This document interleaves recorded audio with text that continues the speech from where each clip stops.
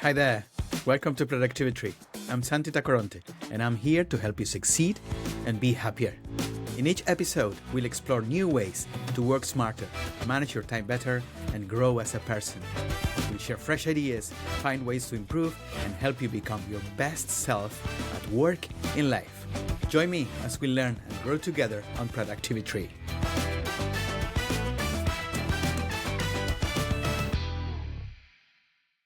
I have assessed over 500 executives on their productivity, and the top 10 all have something in common. They score high across 4 specific vectors: efficiency, effectiveness, ownership, and well-being. When these 4 align, you just don't lead better. You create compounding advantages that separate exceptional leaders from good ones. Take my 5-minute free assessment, and you will see exactly how you compare.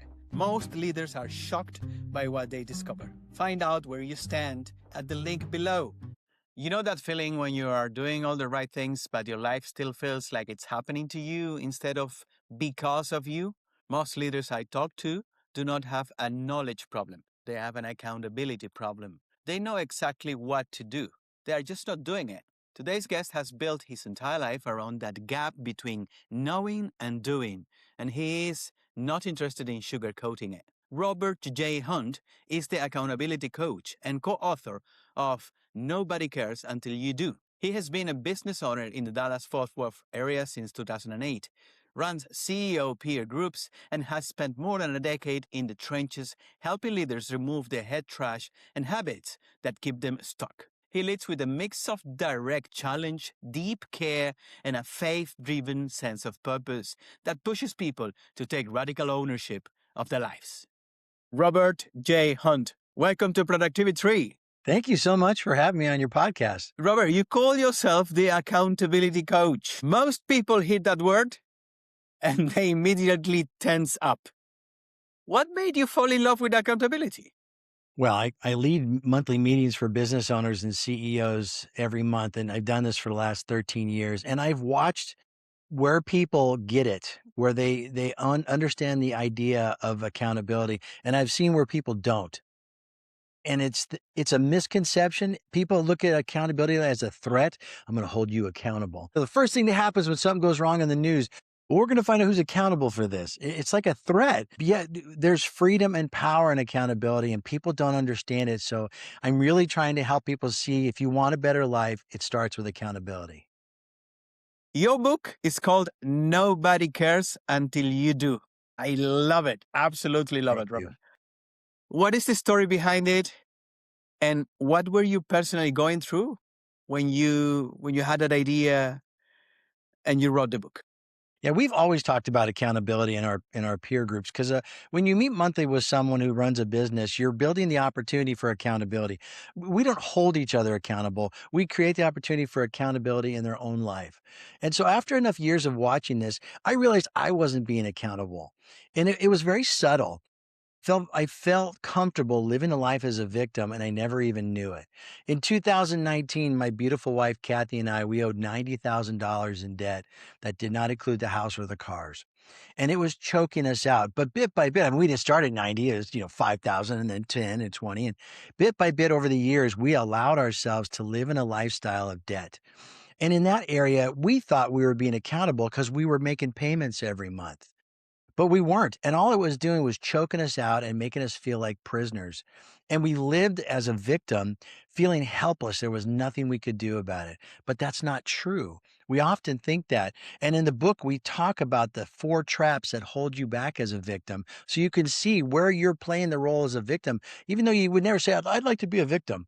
But it happens, and it's very subtle. Well, we fell into that our own selves. And when we decided at the end of 2019, we weren't going to live like this anymore, first time in our lives became truly accountable. Even though it was painful and was a huge change in our lives, we decided we're going to own this, and we're going to make the life that we really want. You make a bold distinction between being accountable and being responsible, okay? And you hinted already that many people don't get what means to be accountable. Can we explain in simple terms what Sure. means being accountable and what's the difference between being accountable and being responsible? Well, to define the word accountability to start with, The definition of accountability simply is you own it. That's it. You own it. So if we're looking at the situation, let's say that you've got a production schedule that you're trying to get out a certain number of widgets per hour. And if it doesn't work, you're being responsible when you look at the sheet and go, hey, we're not hitting our numbers. Let's go find out what's going on. And then the person who's running the machine says, well, I put all the equipment in. I'm using the machine as I was taught. We're just not getting the numbers that we want. And he would think in his mind, he's being accountable, but he's really just being responsible. Something. But if the numbers aren't right, the person who owns it goes, wait, something's not right here. I'm not going to wait till my boss comes in and says, these numbers aren't right. I see the numbers. I work right there with it. I'm looking at the machine not meeting the numbers it's supposed to meet. So accountable says you own it. I'm owning the outcome, not just owning the effort. I'm owning what it's supposed to end up looking like. And so responsible is doing something, and then that's all. I did my job. I best I can do. But accountable says this isn't right. We need to own it. And there's a proactive nature to accountability. That responsibility is kind of like a knee-jerk reaction. You respond to something that's responsible. But if you're going to be accountable, you say, look, machines are going to wear down. They're going to have issues. So what are we doing to proactively make sure they stay in tolerances? Checking it, repair schedules, maintenance, having the tools we need to replace things in a timely manner. All the things that you know are going to happen because machines break down. Quality suffers as productivity increases, the potential for issues increase. So you know these things are going to happen. So if you're going to be accountable to the result you want, you have to proactively create procedures and policies and training and all the things that allow you to get the result you want. That's the difference between accountable and responsible. Robert, also say, because you say many things about accountability, Robert, that nobody can actually hold anyone else accountable. Yeah. That'll probably shock a lot of people because a lot of management, a lot of managers thinks that their job or a big part of their job is to hold others, their employees accountable. If this is true, what have been they doing all this time instead of holding people accountable? Well, what you want to do is create an environment where someone wants to be accountable because nobody can hold anyone else accountable. Let's say I tell you, Santiago, I want this much done on by Thursday. And when Thursday comes around and you don't do it, what do I do? Fire you? If I fired someone every time something didn't work out right, I'd have no employees. So what do managers or leaders do when they come in a situation that doesn't work right? They yell and scream, "What's going on here? Why isn't this happening?" And they get all irate and you guys need to do this. We're going to have problems. And they go back and it doesn't get done again. So they come back out and they threaten some more. So they're being responsible. Hey, there's an issue. Let's deal with it.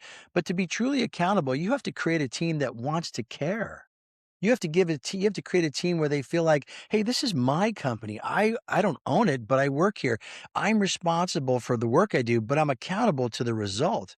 And so if you create an environment where your employees care, they hold themselves accountable. You can't hold them accountable. You can create expectations, you can tell them what you want, but if you don't see what you're looking for and you don't do anything about it, then it's never going to change. And let's say I decide, Santiago, this is the third time I've told you to do it and you didn't do it, you're fired. Well, now I'm accountable for your bad behavior and you're fired, but you're still not accountable. You leave and take your lack of accountability to the next job. So we're not making you accountable by me firing you. What we really want to do, again, back to the proactive nature of accountability, what am I going to do to create a desire in you to want to make sure the machine stays going at the right rate, that all the dials and the things are at the right rate, the materials coming in right? What am I going to do to create in you a desire to be accountable? That's where we lead as leaders. Sometimes we use the word manage wrong. You don't manage people, you manage a process, but we lead people. And so if you're going to lead someone, you have to teach them that they own the outcome and you have to get them to care, increasing the result by the fact that they actually care about the work and what the result is at the end. So what's going on then today with work, Robert, in corporations and across work worldwide, America and the rest of the world?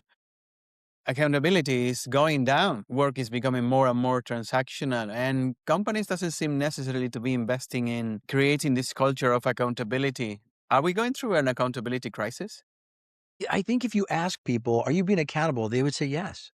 I think everyone thinks they're being accountable, but they're really just being responsible. Look, if you show up at the office and you are at your desk from 8 to 5 every day, you would say you're being accountable.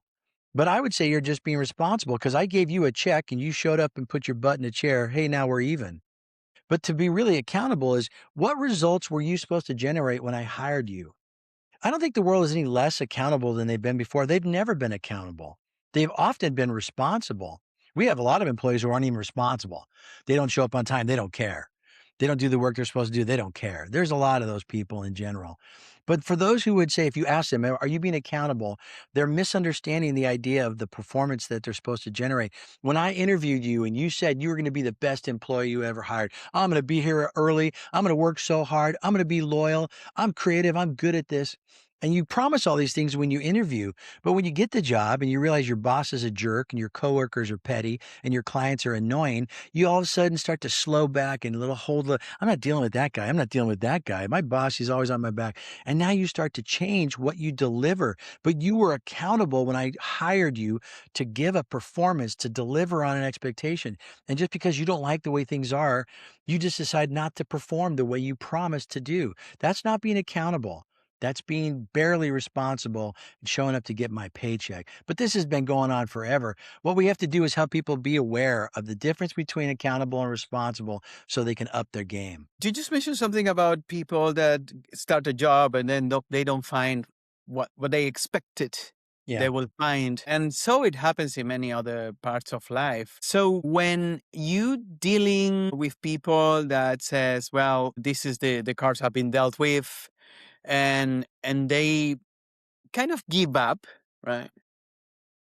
What do you do to break this cycle and take ownership of your life, of your work, of your family again? Yeah, we have to paint the picture of the value of accountability. Again, it's not a threat, it's power, it's freedom. When you take accountability for everything in your life, you gain the power to change anything in your life. When my beautiful wife and I decided we don't like the way we live under debt, we're going to sell our house. And that was a very drastic change. We had a beautiful house. And we thought, listen, there's equity in this house. We can sell our house. And the answer is, I don't want to sell my house. I like my house. But I have equity in there and I'm living a life that I just don't want. And I couldn't think of any other solution. After years of trying to change this, I got so behind the curve that I couldn't make it up. So we made a very drastic change. But in that moment of taking ownership for that, we realized we have the power to change our lives. And it sucked to be in debt and it sucked to sell our house. But I'd rather have the suck move me towards where I want to be. Because there are four traps that hold people back that we find people aren't even aware that they're doing. The four traps are you blame other people or blame other things for your problems. You say that you're not taking accountability by blaming. Wow, I lost my thought. You blame, you make excuses for like, well, the economy, damn Trump, all these tariffs, all these things. People like to make excuses for why stuff going on. I hear a lot of people in the sales world these days saying, well, the market's really bad. Well, you don't own 80% of the market. You own 1% of the market. Go get more market share. Don't tell me about how the market's down. That's an excuse. And we feel comfortable with these excuses because we use them forever. We blame this, we make excuses. If those things don't work, we say, well, I can't do anything about it. I mean, it's just the way it is. That's not true. I can't sell my house wasn't true. I don't want to sell my house. That's different. But to say I can't makes you limited. You're done. But when you say I don't want to, then you go, why not? Are you happy living a crappy life? Why don't you own it and do the things you really want to do? So you blame, make excuses, or you say I can't. And the last thing is people do is they just wait and hope. They'll make minimum payments on my credit cards. Maybe next year I'll just have this huge windfall and win the lottery or something stupid. And you just think it'll just get better on itself, but it doesn't. It gets worse. Those four traps are what most people live in at one place or another, playing the role of victim, but they're not even aware of it.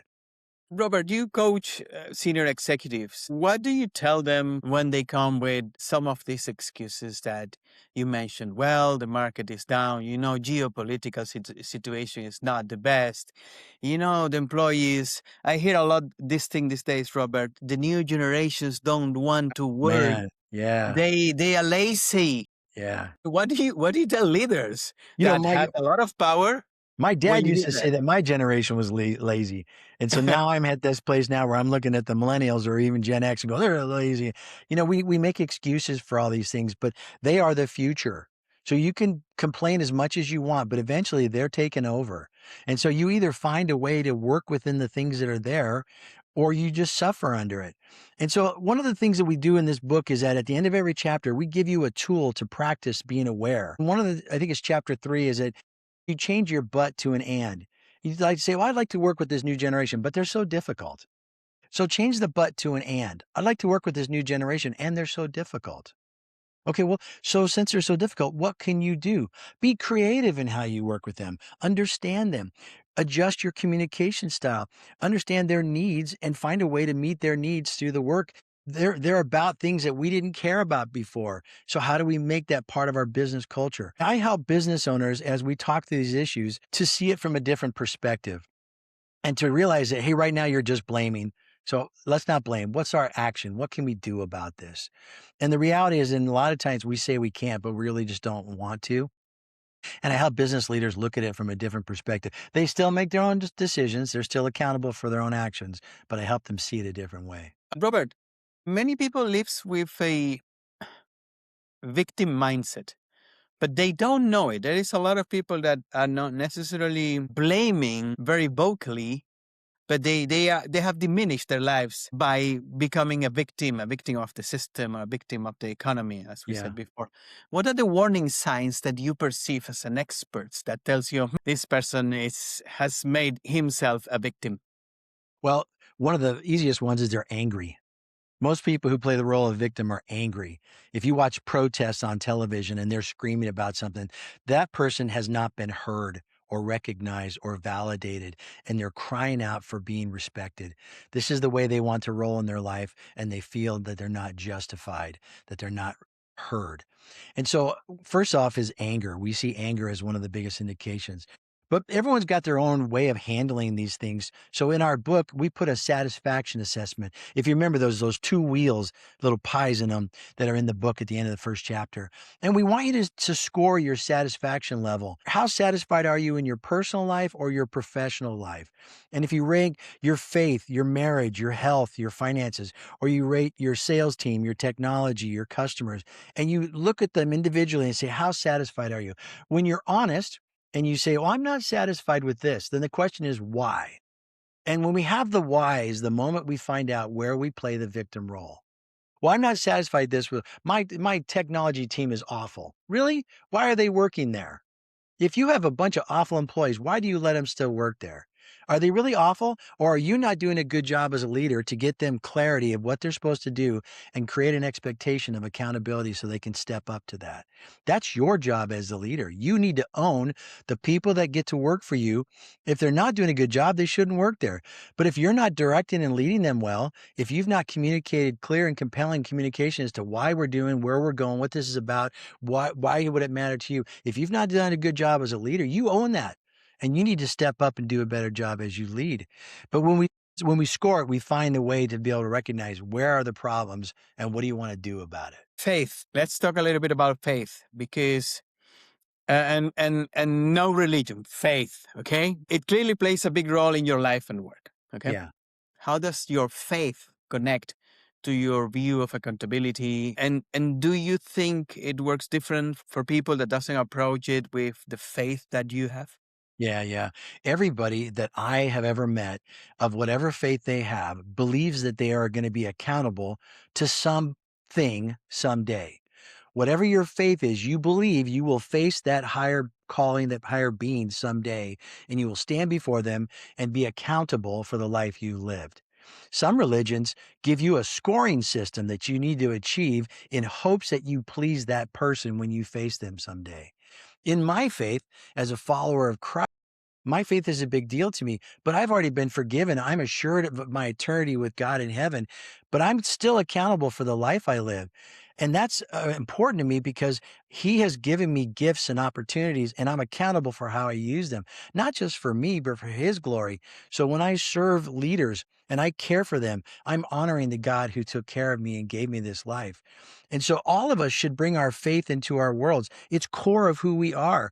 I don't need to oppress you by my faith. I need to serve you by my faith. I need to listen to you and care for you. That's the model that Christ gave. And so I want everyone, regardless of the faith they have, doesn't have to be mine. I want them to live out their faith as whole as they can be, because you're a whole person when you include your faith in your work. Come to work. Every religion I've ever met says, be honest, care for other people, work hard. Those are all principles that every religion backs up. So why would we want someone to leave one of the core things about them at home and come to work as less than a whole person? My faith drives my behavior and how I treat people. I want people to live out their faith through the workplace because I think you're a better human that way. That's beautiful, brother. See, you deal with a lot of very smart people, leaders, who might think that they are accountable, but they not necessarily so accountable as they might think. What is the gap between knowing and doing? I'm talking about exerting your accountability, and why a lot of leaders play a little bit from the barrier and don't really go and own. I think, again, I'll come back to the earlier thought that every leader I've ever met thinks they're being accountable, but they're not leveling up to the level of what real accountability is. Therefore, they're not getting the value out of real accountability. The reason that business owners join my CEO group is because they want a place of accountability. And a real accountability requires vulnerability. So if I'm the owner of a company and I decide I'm going to do this and I tell everyone, let's go do this. And then a couple months later, I go, no, I don't want to do it anymore. Let's go here. I can do that because I'm in charge. They may not like it. They might complain, but I can do it. I'm in charge. But if I say to the people that are on my leadership team, here's where we're going. And if I change my mind, I want you guys to call me out because this is why we need to do this. This is important. And then halfway through it, I get cold feet. And I go, I'm not sure I want to do this. My leadership team should have the authority and freedom because I've been vulnerable and I've invited them into my world to say, told us that if you change your mind, we're supposed to say no. What do you want to do at this moment? It's still your company, but we're reminding you of what you said. Leaders don't invite people into their lives like that.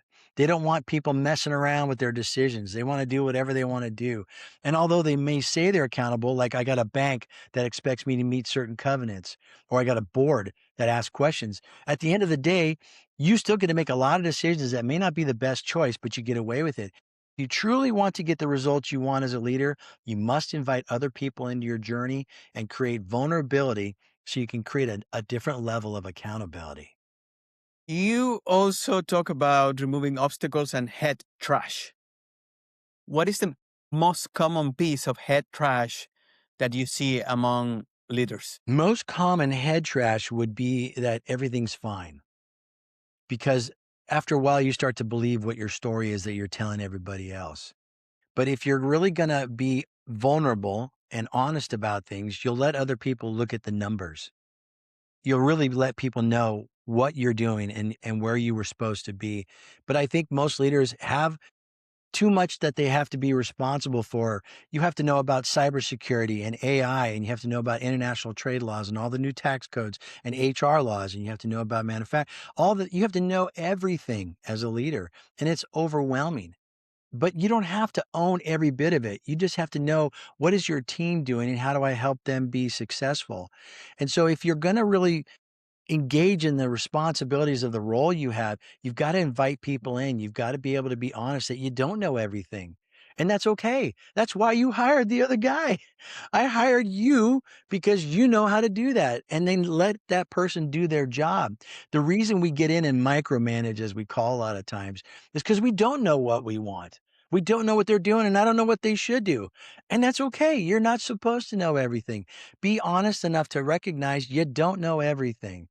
But that's when you talk with your team. What should we be working on today? I was at a conference for technology leaders this week, and all these CISOs are talking about the things that are on their plate these days. And a lot of times the business owner will say, well, what's my penalty and risk if I don't do this right? And they'll say, oh, $6 million. Well, it's going to cost 10 million to do it. Forget it. So they're really looking at the math. And if you're going to play in the world of a business owner or CEO, you got to bring math to the story because math counts. Cash is king. And so we as people who support these leaders have got to understand the burden of a final decision maker and equip them with the tools to make better decisions. But again, that CEO's got to recognize you don't know everything, and that's okay. Do you think the rise of work from home and more flexible schedules has made people less accountable? They weren't accountable when they worked at the office. They're in their cubicle watching Facebook. They're standing in the lunchroom talking to people about the Cowboys game. They're coming in late. They're going home early. They're talking to their family during the day. Just because they sat in a cubicle doesn't make them more accountable. It does make them responsible, but we've already learned responsible is not what we want. We want accountable. Look, I know what it's like when I work from home. This is my home office. If I'm sitting here doing something and I go to the kitchen to get a Coke and I look and go, you know what, that faucet's still dripping. Maybe I'll just fix it right now. So I get distracted with things that I would not have the opportunity to do if I was at the office. But if I'm at the office and someone sends me a video about a squirrel on water skis, I could spend the same amount of time scrolling through Instagram and be wasting my time and attention at the workplace just as well as I could at home. You're never going to police people into doing the right thing. What you have to do, again, is create a desire in their hearts to be accountable to the deliverable, the outcome that the company wants. When I hired you, you said you were independent, focused, professional, thinker, caring, all these words. I want you to be that person. Whether you work at home or you're in the office, you should still be that person. But if the people have gone through a bad experience and they hate their coworkers and they hate their job, they justify in their mind it's okay to not give a damn and do a half a job. Your job as the owner of the company is to create an environment where people want to give a damn. That's you. That's your job. You're accountable to that. And whether they're at home or traveling, you think salespeople are always on the clock? They're having beers till 3 in the morning with their clients. How is that productive time? So we can easily point the finger at the people we don't know what they're doing, but we've not set them up to succeed as leaders. Therefore, we don't trust them, and we want them right here at the office so we can watch them all the time. That's not making them more accountable. Robert, some people say that accountability culture can become toxic from the point of view that can be autocratic or too strong, right? What's the line between healthy ownership and a culture that beats people down? Yeah, beating people down is not accountable because remember, you can't hold them accountable. What you want to do is give them the power and the desire to own it. So accountability doesn't build a more autocratic attitude, it builds freedom. Because if I tell you, this is what I need you to do, this is the outcome I expect, I don't care how you get it done. I don't care if you work 6 hours or 2 hours. I care that the job is done. And I care that you care about our company enough to help other people. So if it takes you 2 hours to do it in 2 hours. Don't do it 6 hours because you want to make sure that you don't look like you have nothing to do. When you do it in 2 hours, then go learn a new technology, do some research, dream of a new idea, go call a customer and remind them you love them. Go find a coworker and see if you can help them. Clean up the kitchen. I mean, there's a million things you could do to be adding to the overall results of the company. What we don't need to do is put our thumb on people and babysit them all day. Great leaders delegate effectively because they've created a vision of where we're going, why it matters to that person, and they give them clear and compelling communication that enables them to go out and be a great leader without you watching them. Um, Robert, I'm gonna try to throw you a curveball, okay? Ooh, all right. So you know the self-help industry, the industry of helping people feel whole and enough and all these things, right? Do you think they're partly to blame for keeping people stuck by making them feel good instead of challenging them to own their lives? And I don't really know what the self-help industry is telling people. Our book is actually under the category of self-help. So I kind of feel like I should know that. But I think everyone in the world wants to tell you that you're doing fine staying as a victim because that justifies them staying as a victim. When I decided to sell my house, lots of people said, "Hey, that's a bit extreme. You could go on a Dave Ramsey's program and in 6 years, you could probably pay all that off." Well, maybe, but in September of 2019, as we were on this journey to think about maybe we should sell the house and start over, I got vertigo for 16 days. And I was sick. And I thought, what if this never goes away? I owe $90,000. I can't work anymore. I'm screwed. And it went away. God took it away after 16 days, just went away. And I was like, okay, this is a warning sign to me. I need to do this now. But I think that we all look at other people's efforts to be better as a threat to our lack of resolve to own our own crap. If you lose weight, I look at how fat I am. If you have a better marriage, I look about my marriage like, oh, I don't have a great marriage. If you're making a bunch of money people love to compare, that's where the head trash comes from. But the reality is that it's your journey. You should decide what your journey looks like. People aren't going to back up your decision because it's your decision. And again, accountability says you own your decision. Good or bad, it's still your decision. And if people don't buy into the idea, I'm going to live a prudent life. Ever since we got out of debt, we live less than our income. Most of the world lives above their income, especially in America. Whatever you make, you spend more. That's why we have credit card debt and loans. Most people have a house loan and a car loan and maybe a student loan. That's above your income. So you're willing to live beyond your means. And everyone's like, yeah, that's a good call. You got a new car? Good job. Everybody pats you on the back. Nobody says, well, let's spend a lot of money on interest. Why are you doing that? So you have to own your own journey and make the decisions that work for you because you want the life that you want. And when you trade off having a nicer car, but a whole lot of debt, all you're doing is stressing yourself out to try and live up to that debt. Nobody is going to buy into your vision of your life. It's your life, but you need to own it. So, Robert, has social media and attention economy helped people decide the life that they want, or is confusing people with things like you just said, the car that you see that guy has in Instagram, or whatever traveling they're doing in business class to Thailand or Bali? Yeah, I think social media is certainly twisting our perspective of the world. Nobody puts on social media, had brand checks for cereal this morning. Have a good day. They put a big extravagant place of pancakes and all this food because this opulence gets people's attention. I think that it is deceiving. It is pumping us up to feel like we have to be someone we're not. But again, that would be blaming. I'm not blaming social media. You don't want to be influenced by social media? Take it off your phone. Don't go to it. If you have a problem drinking, don't go to a bar. Don't have your house stocked with booze. These are your decisions to own. You're high in debt, chop up your credit card, stop spending money. This is the thing. You own it, you can change it.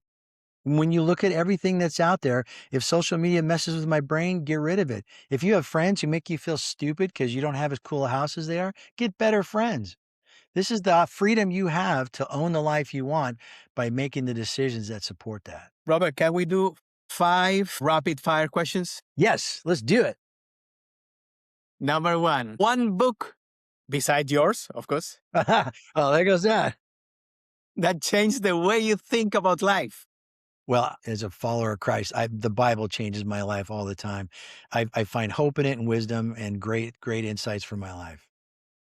Number 2, the worst excuse you have ever heard from a CEO. COVID, that went on for years. Everything that was bad, COVID. Yeah, that It's just still kept going there. on. I hear it How a many lot. years are you going to blame COVID, man? It's 4 years later. Let's move on, bud. Number 3, can you have work-life balance, or is it a myth? It is a myth. There is no such thing. However, you can create a world where you avoid overload that allows you to pursue the life you really want by creating margin. Margin is a reality that there is a limit to everything you can handle. So you create a load that's below that. So there's room for things to happen that you didn't plan for. I have taught all my clients the principles of margin to avoid overload. And what that does is it frees them up to have work-life integration. There is no such thing as work-life balance, but there is work-life integration if you're willing to be one person everywhere and you create margin in your life. 4, one daily habit that keeps you accountable. I journal, get up first thing in the morning, spend some time with God, read something out of the Bible, and I write all the thoughts, all my head trash. I suck. This day's going to be horrible. My wife's, all these things that you think about. And then I look at them and I go, oh, that's not true. There's a lot of power of head trash that spins around in your brain. You want to defeat those lies, put them in writing. And you really want accountability in your life, show what you wrote. But we don't want that. So we just let them spin around our head, lying to us and making us feel miserable. Take a minute, write it down, be accountable to what's in your head, and then look for truth in that moment. And if you really want accountability, share it with your closest supporter, whether it's your spouse or your best friend, and let them go, dude, you're not that. That's not you. And number 5, what would you say to someone who thinks accountability sounds boring? Accountability does sound boring. I get it. But if you are not living the life you really want, you have to look at accountability in a different way. Accountability is power and freedom. I've seen it in my life. My clients see it in their companies and in their own personal life. When you own your junk, you have the power to do something about it. Accountability is awesome if you really will take the time to understand it. That's why we wrote that book. Robert, let's wrap this up and give back to the audience. For someone listening right now who realize they've been living as a victim of their own circumstances, which happens a lot, what is the very first step they should take? You don't have to buy my book, but you can go to our website at nobodycaresbook.com. And there's a satisfaction assessment on there, and you can do it for free. I don't take your information at all because it's private to you. Take a minute, score your life. How satisfied are you personally and professionally? And then ask yourself why. And it's in that moment of the why that you have the choice to be accountable or not. You can blame, make excuses, say, I can't do anything about it, or wait and hope to get better and play the role as a victim. Or you can go, I don't like this and I'm going to own it and change it. And then you have a starting point. You've already declared, I'm not happy with my marriage. I don't like the finances of my company. Great. Why? And then what are you going to do about it? And then invite someone into your journey. Show them your satisfaction assessment. Tell them what you feel. Get a reality check and find resources and people to support you along the way. But you can change everything, even if it's super hard. Life's going to suck one way or another. I'd rather have it suck moving to where I want it to be than suck staying as a victim. Now, for those that want to buy your book, where can they find it? And how can they learn more about your CEO groups and the other work you do? It's very kind to ask. The book is available on Amazon and all booksellers, Target, Walmart, all that stuff. We certainly prefer you go to nobodycaresbook.com and buy it from us because we make more money. There's honest. But also, we want to engage with you. We want to talk to you. I want to hear what your satisfaction assessment looks like and what are you going to do about it. I want to be a part of your journey. We answer every email that comes to us. Regarding the CEO groups that I lead here in the Dallas-Fort Worth area, you can go to REF, like refdallas.com, and you can find all the information about our peer groups and the accountability that they bring to the leaders in the area here. Robert Hunt, thank you so much for all this inspiration that you're giving us today, your energy and your true love for accountability. What I'm taking away today, it's one of your key phrases. Accountability is freedom, is deciding where your life goes. It's getting rid of excuses and grabbing, as we say in Spain, the bull by the horns. Sweet. Right? Yeah, love it. Robert, thank you so much for inspiring us, and just keep like that. Thank you, my friend. It's been wonderful. I have assessed over 500 executives on their productivity, and the top 10 all have something in common. They score high across 4 specific vectors: efficiency, effectiveness, ownership, and well-being. When these 4 align, you just don't lead better. You create compounding advantages that separate exceptional leaders from good ones. Take my 5-minute free assessment, and you will see exactly how you compare. Most leaders are shocked by what they discover. Find out where you stand at the link below. Thanks for listening to Productivi-Tree. I hope you found something useful in today's episode. If you did, and it helps improve your life even a tiny bit, that'll make me really happy. Remember, you can find Productivi-Tree on all major podcast platforms like Spotify, Apple Podcasts, and Google Podcasts. If you enjoyed the show, why not share it with a friend who might also find it helpful? Until next time, and keep growing and stay productive.